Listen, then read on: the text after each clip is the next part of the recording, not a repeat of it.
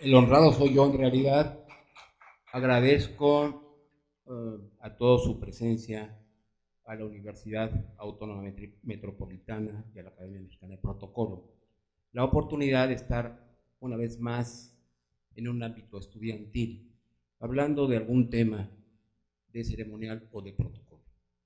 Muchas gracias a don Pedro Lavariega, a la maestra Jazmín y a toda la academia y desde luego a mi querida Elizabeth Hitler, que también es académica de nuestra organización. Voy a platicar de un tema que es muy curioso. Es un tema que es árido, difícil, aburrido y que a casi todo el mundo nos choca. El ceremonial cívico.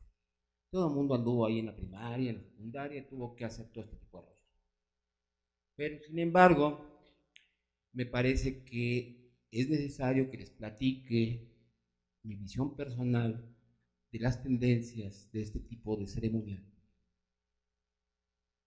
tanto hacia el pasado como hacia el futuro.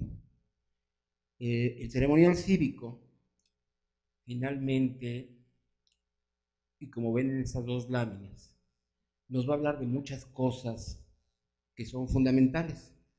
Muchas de ellas las aprendemos en la casa.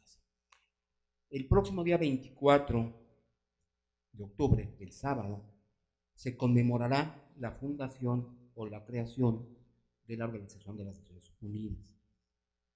Después de enterrar, pues a la vieja Liga de las Naciones, o sea, las naciones, que mostró poca efectividad para contener al llamado eje en los años 40. Esta, ay, como vemos, las otras dos conmemoraciones que tendremos en menos de 13 días, en menos de 15 días, son dos actos unidos que unifican dos tradiciones, las dos cristianas, solo que una viene de Norteamérica, Halloween, y que continuamos alegremente en México con Todos Santos y Muertos. Son tres festividades que prácticamente se han incorporado ya a la idiosincrasia de los mexicanos y sobre todo de los niños, ¿no? Que disfrutan mucho de pedir su Halloween, andar corriendo tras su calaverita. Son tradiciones que nos van a llevar a lo que estábamos viendo hace un minuto, que son valores de identidad. ¿Con qué nos identificamos? Unidad, que nos une como seres humanos, como personas, y qué valores y qué creencias tenemos. Mañosamente puse un verde, un blanco y un rojo. Alguien de ustedes identificará estos colores, ¿verdad? Podrá decirnos, ah, bueno, sí, pues es nuestra identidad como mexicanos de algún modo, sí. ¿Qué tiene que ver esto con lo cívico? Bueno, sencillamente el ceremonial cívico, o lo que llamamos ceremonial cívico, como instrumento de poder, como instrumento político, ha servido durante un par de siglos para formar identidades, para formar valores y para darnos una conciencia de lo que somos. En ese sentido, su raíz, igual que el ceremonial diplomático, pues tiene su origen en todos estos procesos de evolución que van desde el ceremonial mágico, el ceremonial religioso, pasamos después a un ceremonial militar y finalmente acabamos entre el siglo XVIII y el siglo XX, principios del XXI, en lo que conocimos como ceremonial cívico. ¿Qué elementos nos ha dado el ceremonial cívico? Bueno, nos ha dado símbolos, nos ha dado creencias, nos ha dado ciertos valores y nos ha unificado como nación. Las imágenes desde el principio que puse prácticamente resumen el inicio de esta plática y la culminación de esta plática, que es a dónde va realmente ya el ceremonial cívico que está tan decadente como el empleo. Cada vez es más difícil encontrar empleos. También cada vez es más difícil ver ceremoniales cívicos, si no es en las escuelas primarias, a veces en las secundarias, pero ya está muy, muy lejano eso. Sin embargo, jóvenes, les recuerdo que esta fue su primer acercamiento con el ceremonial oficial y con el protocolo, que son reglas de comportamiento, cómo debemos conducirnos. Y esas efectivamente las aprendimos en la escuela básica. Recordemos un poco entonces esos años de escuela básica que nos dieron estos elementos y que tienen que ver con lo que decía nuestra compañera Esperanza, con la formación, digamos, de la autoridad, que es el poder, y con la construcción también del Estado Nacional, que también está siendo ya desmantelado y ya prácticamente le queda poco en este contexto internacional, en donde las naciones están formando grandes bloques hemisféricos hacia un nuevo siglo. Bueno, no soy muy hábil todavía para manejar estas cosas, ¿verdad? En los finales del siglo XVIII, uno de los elementos que comienza a transmitirse son una serie de valores que cambian con relación a los antiguos valores sociales. Se da un basta al absolutismo monárquico y los países buscan su independencia, buscan su libertad. Es interesante cómo en la época de la independencia americana, en la época de la Revolución Francesa, nace propiamente el ceremonial cívico. Y este ceremonial aporta, pues lógicamente, música de banda de guerra, ¿verdad? Aporta banderas, aporta escudos, aporta desfiles, procesiones, aporta muchos elementos muy, muy agradables. Actualmente, si vemos, y esto lo puse con toda la intención, en la época de la liberación de América y la Revolución Francesa, actualmente estos valores, estos elementos, de alguna manera transformados, nos siguen siendo entregados, pero ya no en los ceremoniales cívicos de escuela, sino a través del cine. Si vemos ahí, tenemos una imagen de una película, y a veces la cinematografía es un elemento que también transmite valores cívicos. Pero claro, son elementos modernos, son elementos actuales que rebasan el quehacer escolar. En México, el ceremonial cívico alcanza su apogeo prácticamente en la época del Porfiriato. En el Porfiriato tenemos un enaltecimiento a los grandes héroes que forjan la patria, a la guerra de reforma y a todo lo que ha sido la construcción liberal del país. Curiosamente, el altar de la patria a la izquierda fue Porfirio Díaz. Por ahí los primeros comienzos de la columna de la independencia, este angelito que por ahí tenemos. Y en este sentido, el gran apogeo de estos festejos cívicos, que eran muy bonitos, bueno, se contaba con la presencia del presidente de la República, con el cuerpo diplomático, con el clero, inclusive el alto clero. Había fiestas, había verbenas populares, había obras de teatro, música, danza, conciertos, concursos. Era todo un espectáculo. Estaba construyéndose una nación, y esa nación nos estaba transmitiendo los símbolos y las buenas costumbres que eran deseables en nosotros como mexicanos. Yo no sé en qué momento mi país acabó siendo un país de cínicos, que sabemos dónde están los males, entendemos los peligros y nos tiramos a la milonga. Nos vale un cuerno, nadie actúa. Esto no era así en los tiempos de Díaz, ni en los tiempos que le siguieron.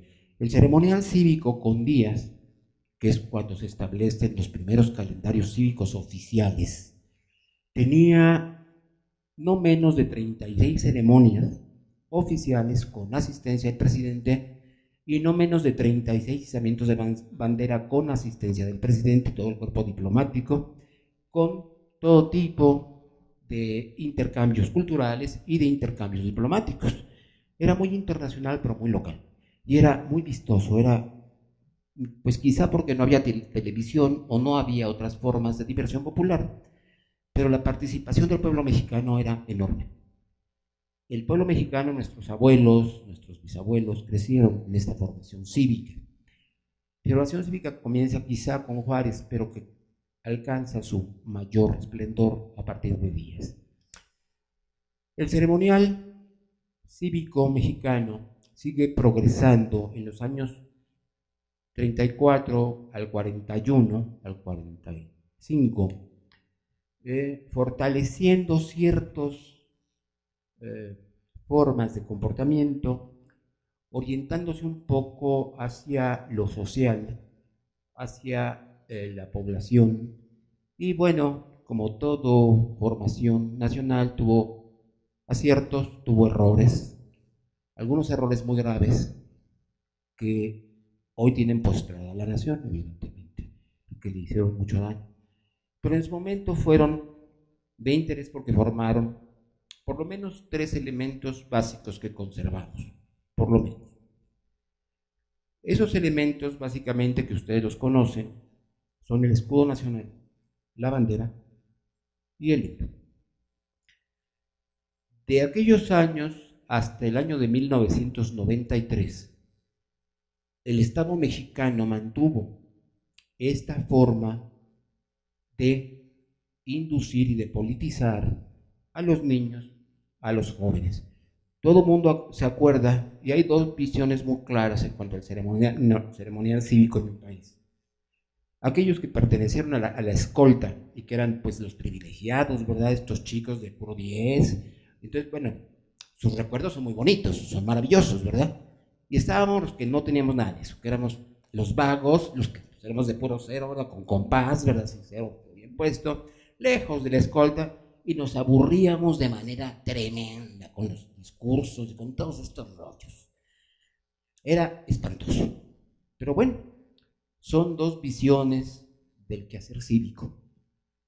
Sin embargo, el quehacer cívico mantiene su importancia y mantiene por lo menos una línea que sostiene no solo al ceremonial cívico, sino también al ceremonial diplomático, al ceremonial militar, y también mantiene a los demás ceremoniales con los cuales se manifiesta la sociedad mexicana, sea a través de la administración pública o a veces en ceremonias como esta. Los símbolos que hemos señalado hace rato normalmente están presentes.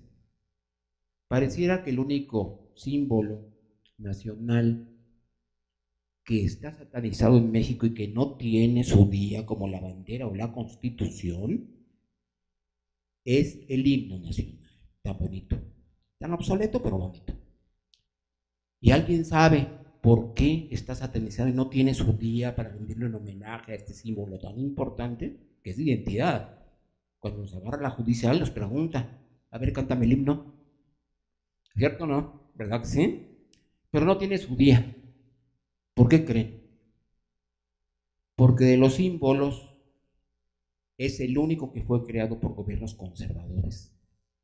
Nada más y nada menos que nuestro queridísimo Santana, el que vendió un poquito más de la mitad del país, ¿verdad?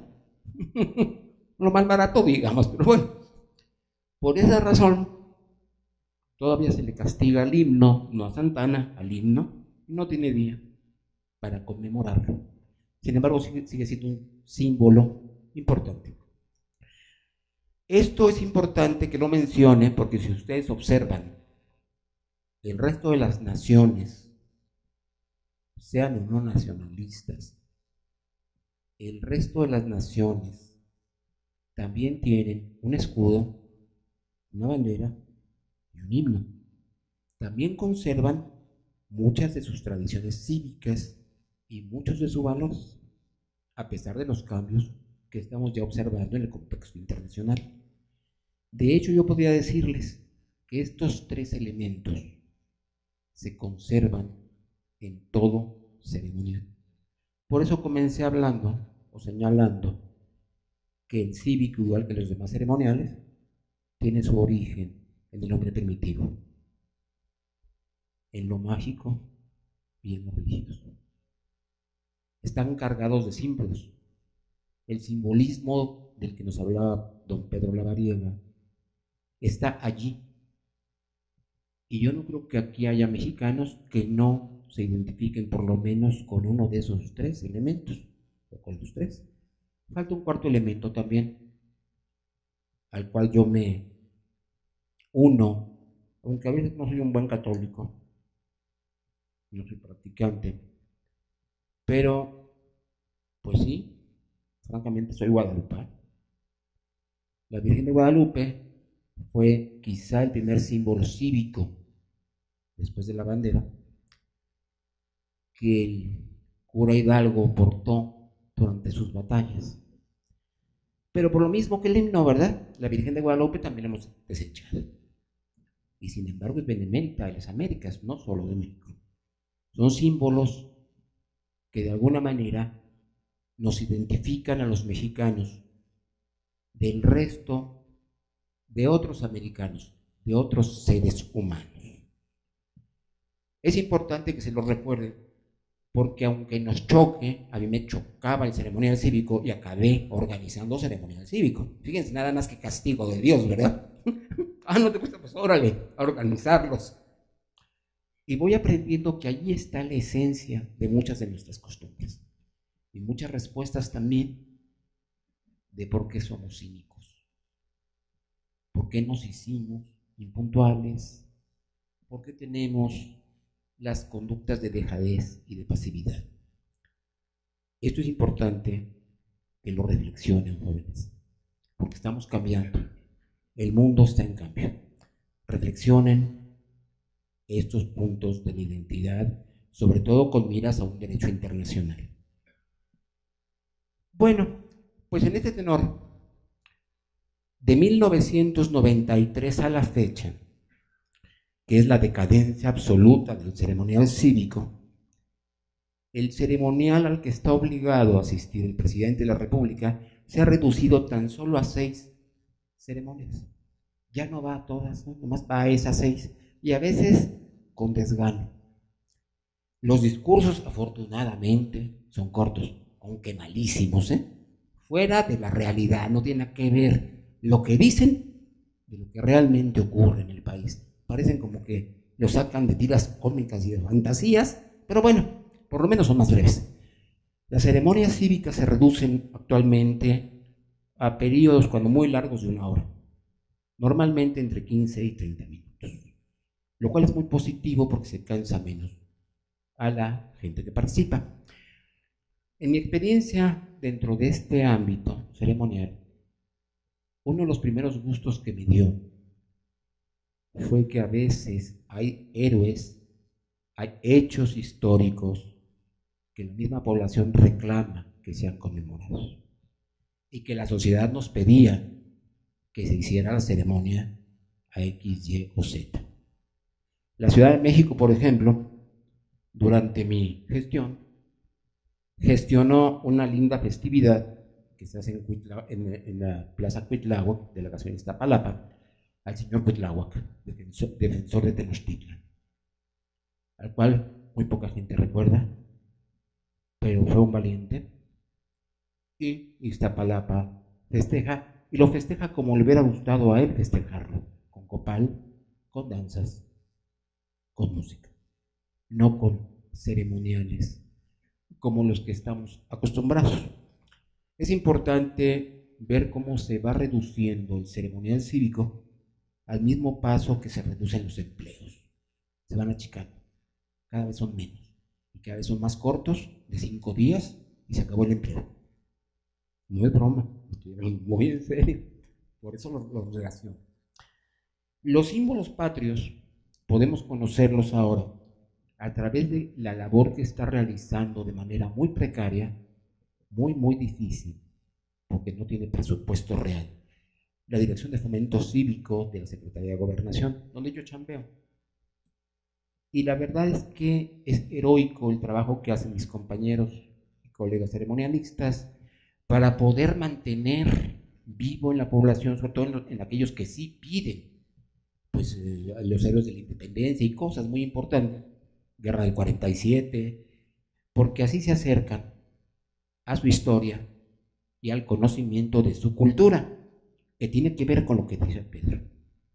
Si ustedes desde niños, desde jóvenes, han abandonado el conocimiento y el estudio de sus costumbres, de sus tradiciones, de lo que es el país, de lo que son sus zonas arqueológicas e históricas, pues qué esperanza tenemos que nos puedan vender al mundo bien, ¿verdad?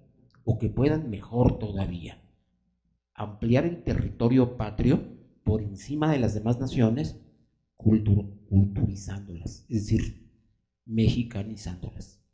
Cosa que ha hecho bien, de alguna manera, aunque sea inercial, el país. Hemos enviado muchos símbolos, muchos mensajes, y mucha gente nos conoce por la cultura, por nuestra música, por nuestra danza, por nuestros excelentes tenores.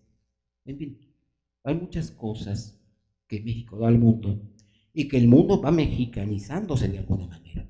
Allí están las relaciones internacionales y lo que Pedro decía, esta diplomacia cultural, el saber qué somos, qué fuimos, a dónde vamos. Una cosa sí les comento dentro de la cultura cívica, y esto lo aprendí de un tlatoani, nahua, tlaxcalteca, heredero del señorío de Tlaxcala, de apellido Cuautle. Cuautle es el linaje de las águilas, el linaje del poder y del gobierno. Cuautle me decía, oye, ¿tú qué tanto realmente conoces de la cultura no mexicana, de la cultura de los pueblos originarios de tu país? Pues muy poco, como antropólogo, lo poco que estudia uno. ¿Tú crees que realmente los pueblos originarios son tu raíz y son tu esencia? Bueno, eso es lo que he aprendido, ¿verdad? Eso es lo que somos. ¿Por qué hablas español? ¿Y por qué vistes como español? ¿Y por qué te educas como español? ¿Por qué niegas tu cultura española? Una cubita de agua fría porque dentro. En la construcción nacional que les platico, a través de estos símbolos patrios, a través de nuestra historia, a través de la forma en que nos fue induciendo el gobierno liberal durante tantos años, más de 100, aprendimos a despreciar a los pueblos originarios. Si eres Matatzinca, si eres Purembe, te desprecio. Si hablas otomí, si hablas yaqui, si hablas maya, te desprecio. Llegamos a ilusiones artificiosas tan graves de pensar que el maya que construyó Uxmal o que construyó Chichén Itzá o Lapna o cualquiera de estas grandes joyas está muerto. Y nos olvidamos que el maya sigue vivo en Campeche, en Tabasco, en Yucatán, Quintana Roo, Honduras, Guatemala. ¿Qué les platico de eso? Está vivo, no murió, como no murieron muchos pueblos nahuas, las caltecas, no han muerto. Los mexicas sí fueron arrasados, ellos sí pagaron el pato, fueron los únicos que fueron masacrados. El resto está vivo. Pero la pregunta de Cuauhtémoc es interesante. ¿Tú por qué crees que eres o tienes raíz indígena si los desprecias y además no hablas lengua indígena, ni tienes ningún rasgo ni elemento cultural indígena? Es interesante el cuestionamiento, reflexionenlo. Somos lo que somos, porque durante muchos años tuvimos una formación cívica que nos llevó a esa identidad que tenemos actualmente y que es muy confusa, pero es una identidad que tenemos que reelaborar. A veces el mexicano no nos entendemos, ni siquiera nosotros. Digo, ¿qué soy yo? ¿Cómo estoy? Porque no sabemos realmente cuál es nuestra raíz. Y la raíz de fondo la negamos. Me decía Cuauhtémoc, Sor Juana es mexicana o es española. Española, porque su acta de nacimiento es española y ella nació en una colonia del Reino Español. No es mexicana, era novohispana. Nos la hemos apropiado a conveniencia, pero es española, es de las glorias de las letras españolas. Y así muchas cosas nos han pasado. Estamos en Halloween. A veces nos choca, no, son costumbres gringas. ¿Y qué somos? Sino remedio de gringos. Imitamos a Estados Unidos, admiramos a Estados Unidos, negamos también a Estados Unidos, pero nos encanta irnos de braceros, ahí vamos corriendo.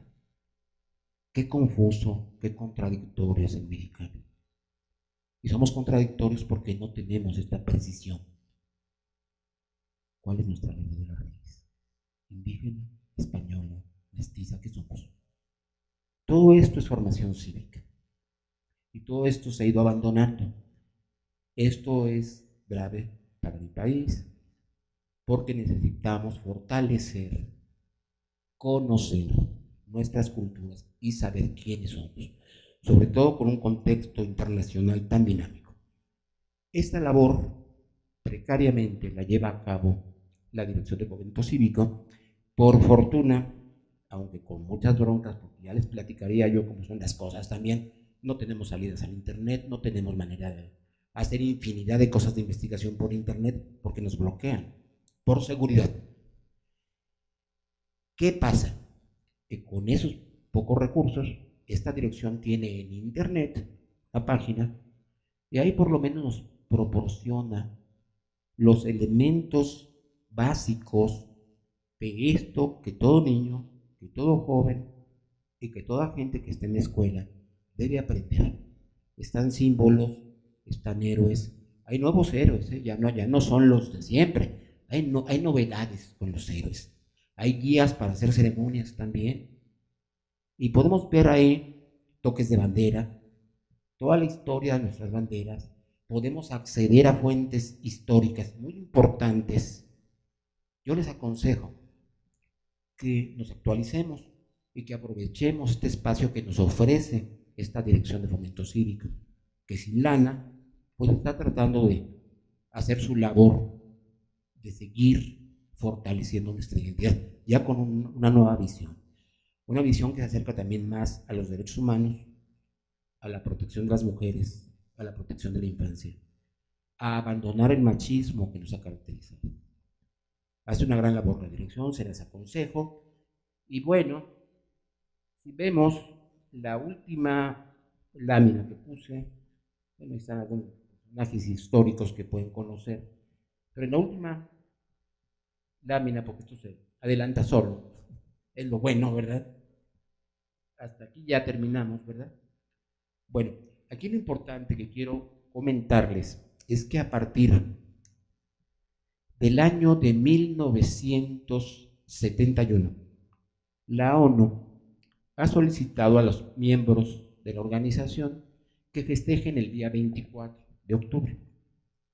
Curiosamente, el 24 de octubre los festejos que hace la ONU son festejos que incluyen sí desfiles, sí procesiones de banderas, sí himnos, sí banderas, pero lo más interesante es que están incluyendo lo que antes se hacía en el apogeo del civismo. Grandes festivales artísticos, grandes actividades ecológicas, grandes actividades de todo tipo, arquitectónicas, en fin, para conmemorar un solo día. Y sugiere que este es el tipo de vehículo. Hay un cambio importante en el quehacer cívico a partir del 71, y eso se ve reflejado en México.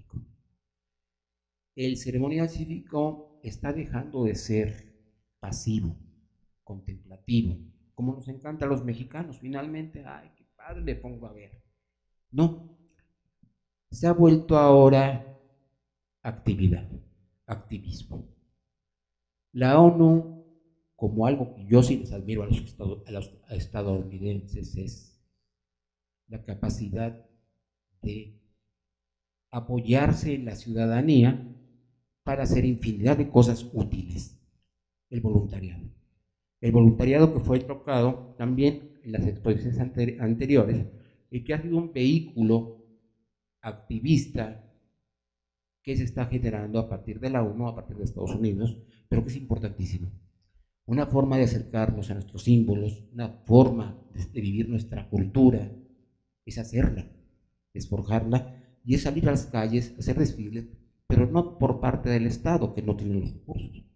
Nosotros mismos como ciudadanos, como población.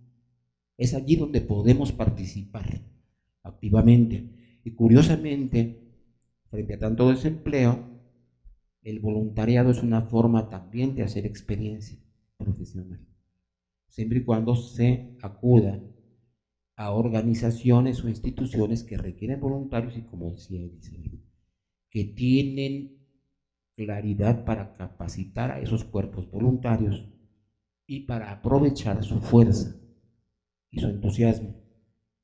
Hay un intercambio recíproco en este quehacer cívico. Yo doy fuerza de trabajo, yo recibo experiencia.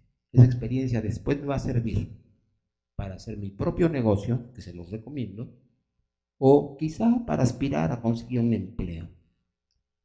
Pero el voluntariado como un ejercicio cívico, como un quehacer cívico, es ahora uno de los grandes mecanismos para fomentar el civismo en los países. Eso es todo lo que les tengo que decir. El pasado está muerto, el civismo como lo conocieron está muerto. Intégrense, busquen lugares donde puedan adquirir experiencia en los voluntariados. Eso es civismo. Muchas gracias.